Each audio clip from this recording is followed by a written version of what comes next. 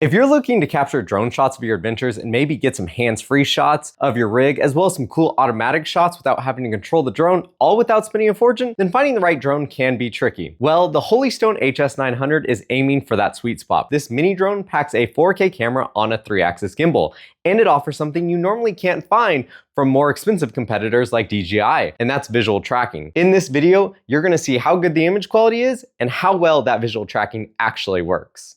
The drone itself does come in a surprisingly compact carrying case, and it is soft on the outside, but it does feel sturdy enough to actually protect the drone during travel. And I do have to say, overall, it is a very small drone. It actually fits in the palm of my hand. It does weigh less than 250 grams, which means you don't actually have to register it with the FAA if you're flying for recreational purposes only. If you are flying it commercially, then you still do have to register the drone. Along with the drone and the remote, you get one battery, a charging cable, extra propellers, and an instruction manual. Now, speaking of batteries, this is my first minor complaint with the drone. They only include one battery, and the advertised flying time is actually 30 minutes, but in my real world use, I was getting around 20 minutes. So it's not bad, but it definitely leaves you wanting more airtime. Plus, you can only charge one battery at a time, so if you do end up picking up a spare battery later on, you can't simultaneously charge batteries unless you buy their additional charging hub. And charging the battery fully takes about 80 minutes. Now, you do have to create an account in order to fly the drone,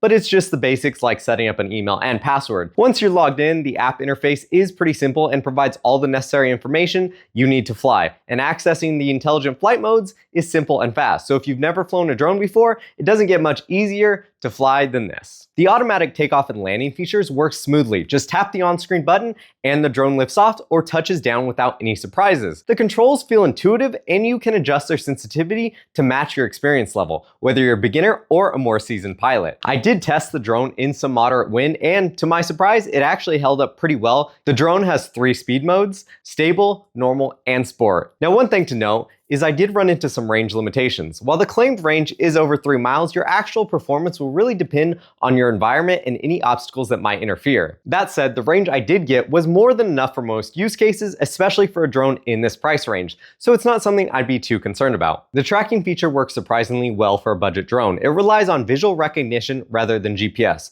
So while it's not as precise, it's good enough to capture quick clips like off-roading shots where you want to stay focused on the trail while the drone follows from a distance. However, it pretty consistently lost the target. That being said, if you do want a quick burst of just a quick tracking shot to maybe show your surrounding area, this can definitely do it. I just wouldn't set the drone up and travel for a long distance. You also get 3 built-in quick shots. Soaring, where the drone climbs straight up while keeping you centered in the frame, great for those dramatic reveals. Circle, as it orbits around you for a smooth cinematic look, and gradual retreat, where it slowly backs away from the target while rising, creating a wide scenic shot that's perfect for showing off a location. It is important to note though, the drone doesn't have obstacle avoidance, so make sure you're flying in an open area when using tracking or quick shot modes. The only downside to these quick shots is you can't make any adjustments once you've started them. And while that may not seem like a big deal, if you want to adjust the speed, if you want the circle to go a little faster or the drone to back up a little quicker, you're not able to do that. And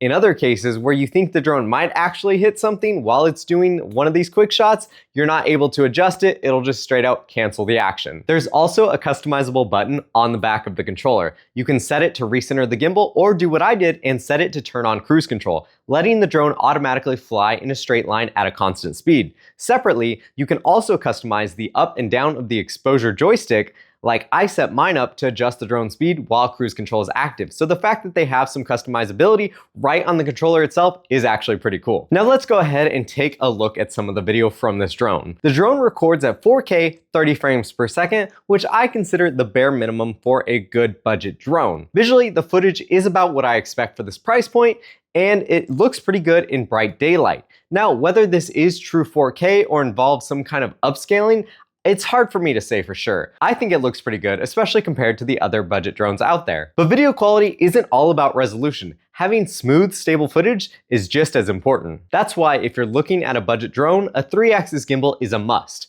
It keeps your shot steady and gives the video a more professional look. For the most part, I got smooth results even in some wind and while in sport mode. However, on one of my trips, I came back and noticed a slight jello effect in the footage. That's when the video looks wobbly or has ripples, usually from vibrations or fast movement. It's not a deal breaker and things like this can happen, but it's something to keep in mind if you're chasing the cleanest shots possible. As for still photos, Holy Stone advertises 48 megapixel capture.